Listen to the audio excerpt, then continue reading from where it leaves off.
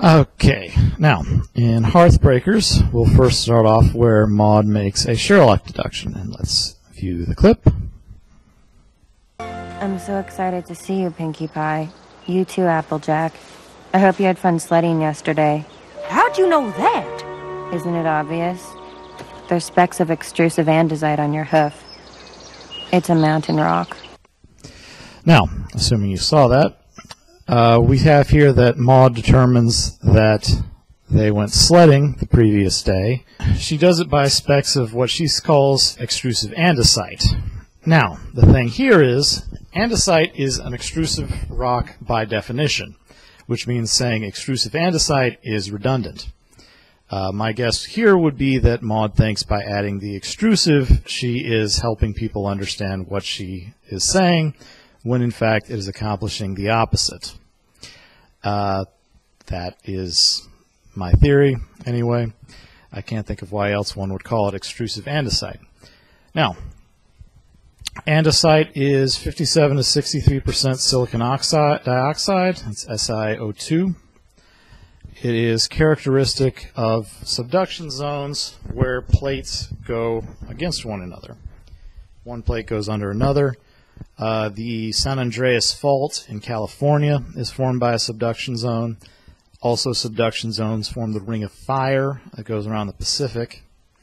Anywhere two plates meet. Subduction zones in some cases can kick up mountain ranges, such as the Andes, which is where andesite was first discovered, which is why it's called that. Or, well, where it was first isolated. There's a whole thing with that, but we're not going to get into it. It can be found other places. It can, in theory, be found at any subduction zone and any joining of two plates. It's the dominant rock type in island arcs. So if you see island arcs, which are formed at the subduction zones of plates, the Hawaiian mountain range or the Hawaiian island range is an example. It's the range of mountains coming out of the seafloor, but anyway. Technically, the continental crust, the crust that underlies continents, is on average andesitic. And they can exist in landlocked regions. There's apparently a highly andesitic mountain in Slovakia. But now andesites are thought to occur as a result of the way plate subduction works, where various minerals are mixed up in a specific way. However, in 2009, 2 andesite meteorites were found in Antarctica. This means there's some other way of forming andesites, because the meteorites are generally coming from the asteroid belt, where the large bodies were all broken up, so there were never plate tectonics to form andesites. So there must be some other mechanism that can also form them. That's an area of ongoing research. Now, the exact composition of andesite is complicated, and I believe can depend on where it comes from. So in theory, if you could tell the difference in minute compositions of andesite, the difference of, you get what I mean, then you might be able to tell where it had come from. So we see Maud here making a very Sherlock Holmes-esque deduction, determining, well,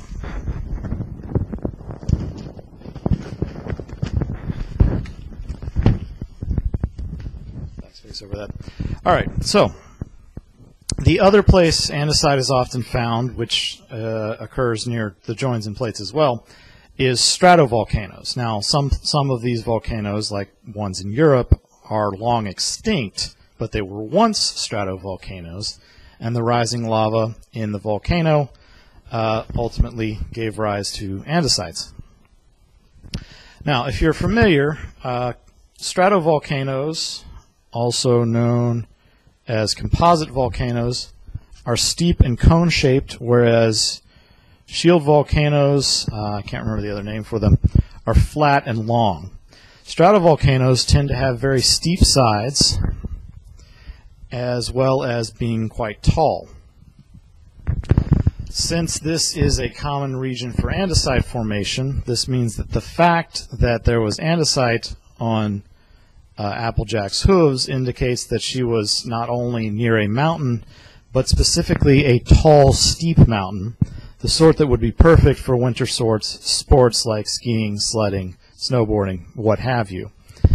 So she makes a Sherlock Holmesian deduction that Applejack has been to a mountain recently. Presumably ponies have a difficult time skiing. We do actually see skis at one point. But the fact that she never saw skiing equipment when she met Applejack in Ponyville might indicate that she figured it was more likely that they were sledding. If I recall, there was a Sherlock Holmes story where Holmes made a similar deduction based on soil composition to determine where someone had come from. Just moving right along in the same clip. How's school going? If you thought quartz was high on the Mohs hardness scale, wait till I tell you about corundum. I missed you so much! Now, here, Maud says, if you think quartz is high on the Mohs hardness scale, wait till you hear about corundum. The Mohs hardness scale is a famous way of rating the hardness of minerals in what's called the scratch test. The higher on the Mohs scale it is, the more stuff it can scratch, and the less stuff can scratch it. Famously, the highest level on the scale is occupied by diamond, at least the highest naturally occurring material. There are certain synthetic materials that are actually higher on the Mohs hardness scale. And there's plenty of materials that are stronger than diamond for complicated chemical reasons. But in terms of scratch resistance, diamond is the highest natural material. Mohs is actually a guy's name. Now, presumably it's spelled differently. Can't think of a good horse pun, but if we would maybe Moose, that would be a cow name. Maybe the guy was a cow in this world. But quartz is a 7.0 on the Mohs hardness scale. Quartz is pretty much a pure silicon dioxide lattice. Hope you all have some idea of what quartz is. The guy's first name was Friedrich, incidentally. Corundum is Al2O3. It is it has a number of forms which form various precious and semi-precious gemstones. The transparent red form of corundum is ruby. It also has forms that are sapphire and pinkish orange, which is podparadasha. Podparadasha? I can't pronounce that word, but sapphire is basically anything that's not reddish, so you can have green sapphires and blue sapphires. Corundum runs a range.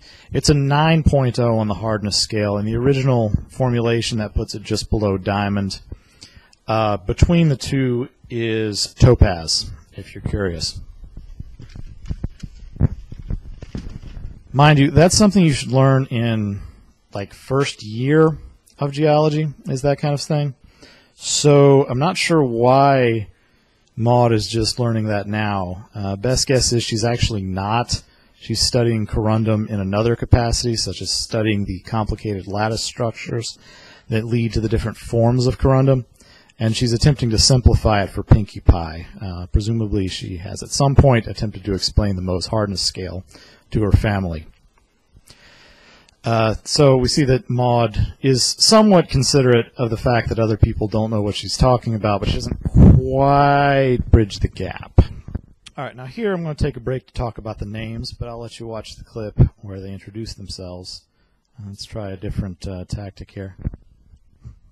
Come on, everybody! Meet my super mega wonderful family!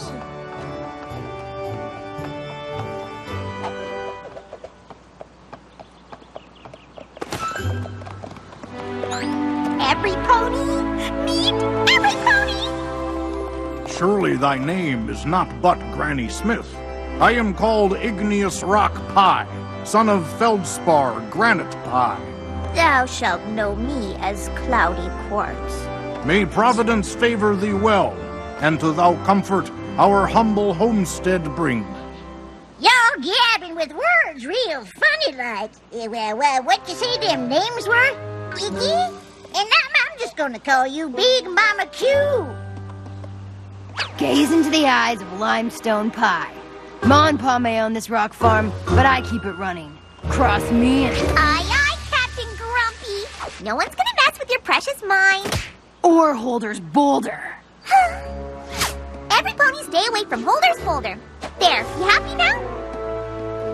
And you must be... This is Marble Pie, my baby sister who's only a few minutes younger than me, but she'll always be a baby to me, isn't that right? She's so excited to meet every pony. Oh, and she wishes you all happy heartswarming.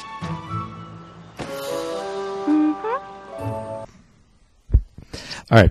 So, assuming that worked right, we will see that Pinky's father is named Igneous Rock Pie. We've already discussed what that is. It's a type of rock. His father was Feldspar Granite Pie. Now, Feldspar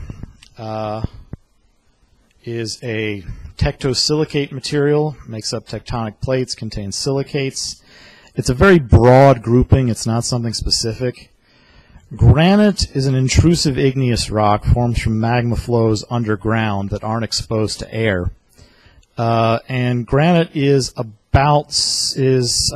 to but not greater than 65% feldspar by volume. Thus, feldspar granite presumably is the type of granite that contains the maximum possible ratio of feldspar. Feldspar itself is a form of alkali. Feldspar is what's used in granite, is what forms granite. That is, it includes, in addition to silicon, it includes various alkalis, which are basically things that form basic salts. By basic, I mean the opposite of acidic. Sodium is an alkali, and it forms sodium iodide, also known, or sodium iodide and sodium chloride. Sodium chloride being, of course, table salt. Moving on to Pinky's mother, cloudy quartz. Now, quartz is normally clear, but there's a variant of it called milky quartz, which occasionally is referred to as cloudy quartz, but milky quartz is apparently the more common name. It appears to have a sort of cloud or haze or milk color in the middle of the quartz. Now, unfortunately, this means the quartz is useless for optics, and because it is structurally weaker, it's useless for a lot of other things, but it is used in ornamentation because of the pretty colors. But the way cloudy quartz forms is that fluid gets embedded in the quartz, mixed up into the silicon dioxide while it's forming its structure. This means it has little pockets of fluid, basically liquids and gases, inside the quartz. This causes light to refract weirdly around those fluid pockets, giving it that cloudy look. The interesting note on this, though, is that cloudy quartz is associated with gold. So prospectors will look for deposits of cloudy quartz to indicate that gold is nearby.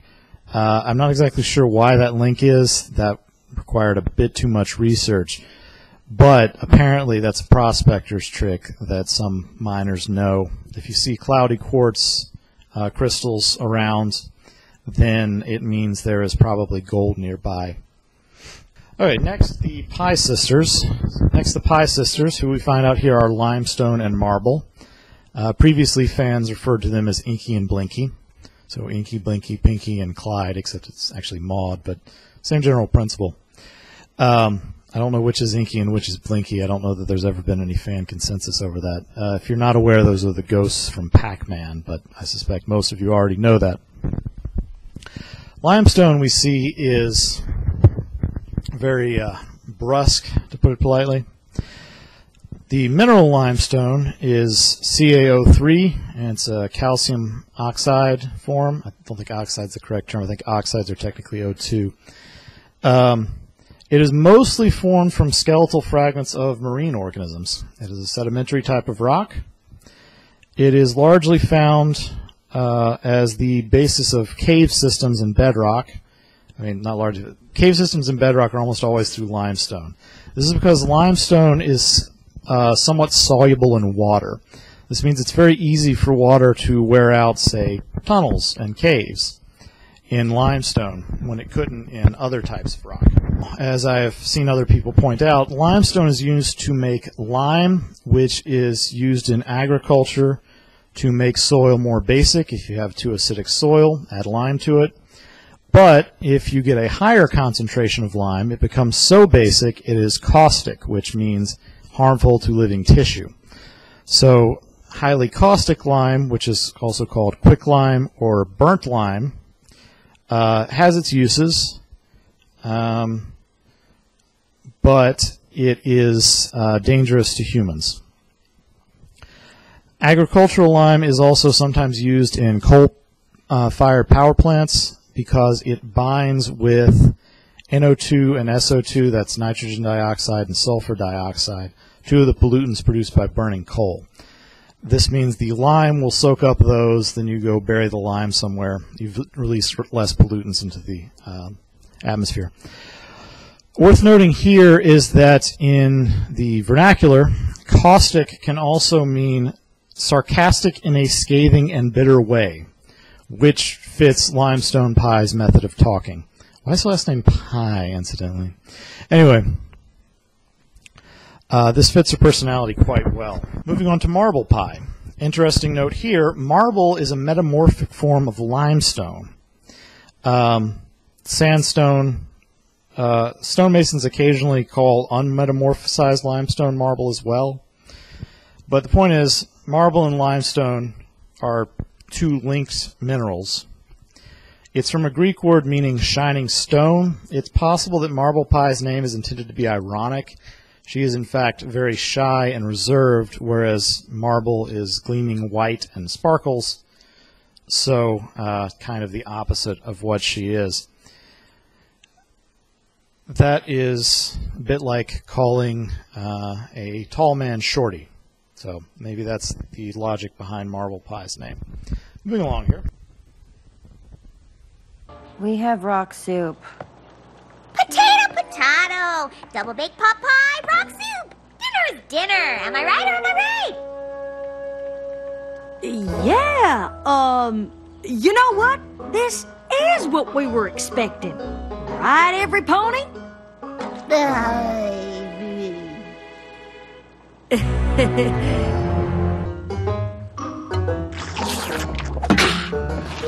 Is everything all right, Applejack? Of course. I'm just being a rusty fiddle. Tune me up and let's get back to dinner.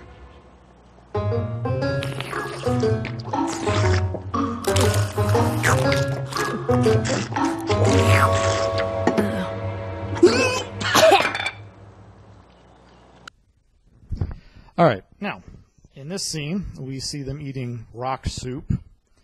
As you may know, the legend of stone soup, which appears in folklore, of a man who, finding no one in town would lend him food, instead asked for a single stone and a cauldron and some water, which they would give, and said that he would make stone soup. He put the stone in the pot with the water, started it to boil on a fire, and said that the soup only needed various garnishes, carrots, potatoes, some kind of meat, I think, too, until the entire village had a feast of a very rich stew. This is an example of where cooperation is in everyone's best interest. Friendship is magic, in other words. But in this case, no one wants to cooperate eventually. And it takes an outsider to force an impetus to allow it to happen. Mind you, the outsider does little other than manage the process and gets a meal out of it.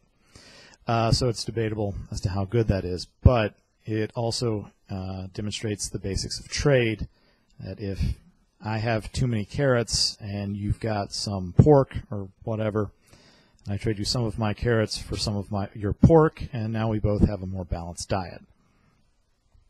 As I mentioned before, horses really should not swallow stones at all.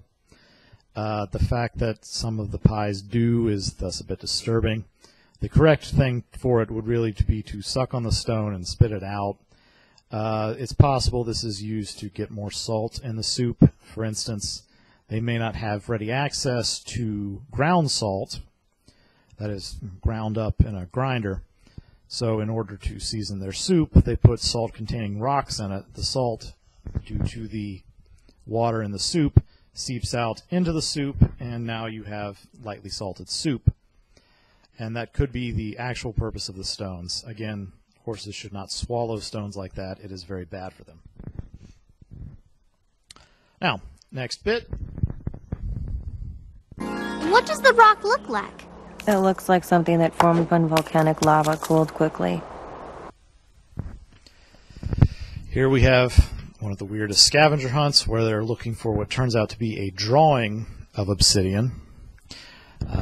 Maud notes that it looks like a rock formed where it looks like something that formed where volcanic lava cooled quickly, which is indeed what causes obsidian. In particular, obsidian is an extrusive igneous, which means it has to form on the surface. It is considered a form of volcanic glass. It contains silicon dioxide like quartz, but has other impurities, magnesium oxide and Fe3O4 mixed in. It can be black or blackish green. The most common conception of it is as pitch black. In fact, obsidian is a word for a particular color of dark black. And of course it appears in Minecraft, although unlike in Minecraft, obsidian is actually fractures quite easily, which means it's not tough like Minecraft does. You can pick out at it pretty easily. It tends to give sharp edges when fractured, so you got to be careful around it. It requires not only rapid cooling but high viscosity, which is why you don't always get it in lava flows. Basically, the magma has to be dense enough to form obsidian. Basically, obsidian cools so quickly that it forms a regular flat crystalline structure without any chance for irregularities to get introduced. This gives it a smooth glass-like surface, but also means that it has weak points that it can shatter along. Here. Excuse me, you planted your pole on a fault line.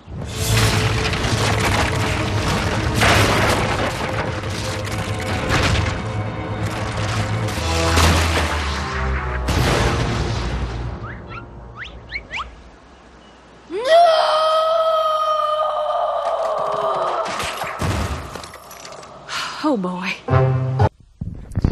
Here we see Holder's boulder, which we'll find out more in a bit, and a mention of a fault line, which is, of course, a gap between two plates. Basically, the Earth is big enough that if a plate gets too big, it has to bend around the curvature of the Earth. This puts stress on it until it cracks. So then you get certain distinct plates on the Earth, and the join between those two plates is a fault line. You may well have already known that. Just a moment. Well, now, their great-great-great-great-great-great-grandfather, Holder Cobblestone, he found that boulder in a dragon's nest, older than time itself. He built the family farm around it, even though it was just an ordinary rock. It's always brought them good luck. Okay, here Granny Smith tells the story of Holder's boulder, and they note that the founder of the farm was named Holder Cobblestone. Oddly enough, the place appears to have been a dragon's nest, so there's some weird implication that it might actually be a dragon egg or something, or possibly the fossilized remains of one. But regardless, cobblestone, you may be familiar with cobblestone streets. Cobblestone is formed from rounded lumps of stone cemented together with mortar. The rounded stones tend to be gathered from streams so that you get a smooth, level surface. If you've seen cobblestone streets, you have a general idea about that. One last tip from this episode, then we move on to my original impetus for doing this, Gift of the Maud Pie. The first one is about rocks. They're all about rocks. Hearth swarming is great, like calcium silicate. What a wonderful day. As good as mica or clay. Okay, so here we see mentions of calcium silicate, mica, and clay. Calcium silicate, Ca2SiO4, is used for high temperature insulation as an alternative to asbestos, which causes cancer. It's also useful as an antacid and as a food preservative and an anti-caking agent. That is, it keeps things from clumping together in food, like if you have salt that you don't want to clump together. I don't think you'd actually use it in salt. Mica is a sheath silicate. It is sparkly. It's from the Latin word for crumb, possibly also from the word for to glitter. It appears in riverbeds, it's shiny, and it tends to break into very flat, thin sheets. It's because the molecular structure is a bunch of thin layers. So it breaks across along those layers. Clay, you know the general thing of clay, but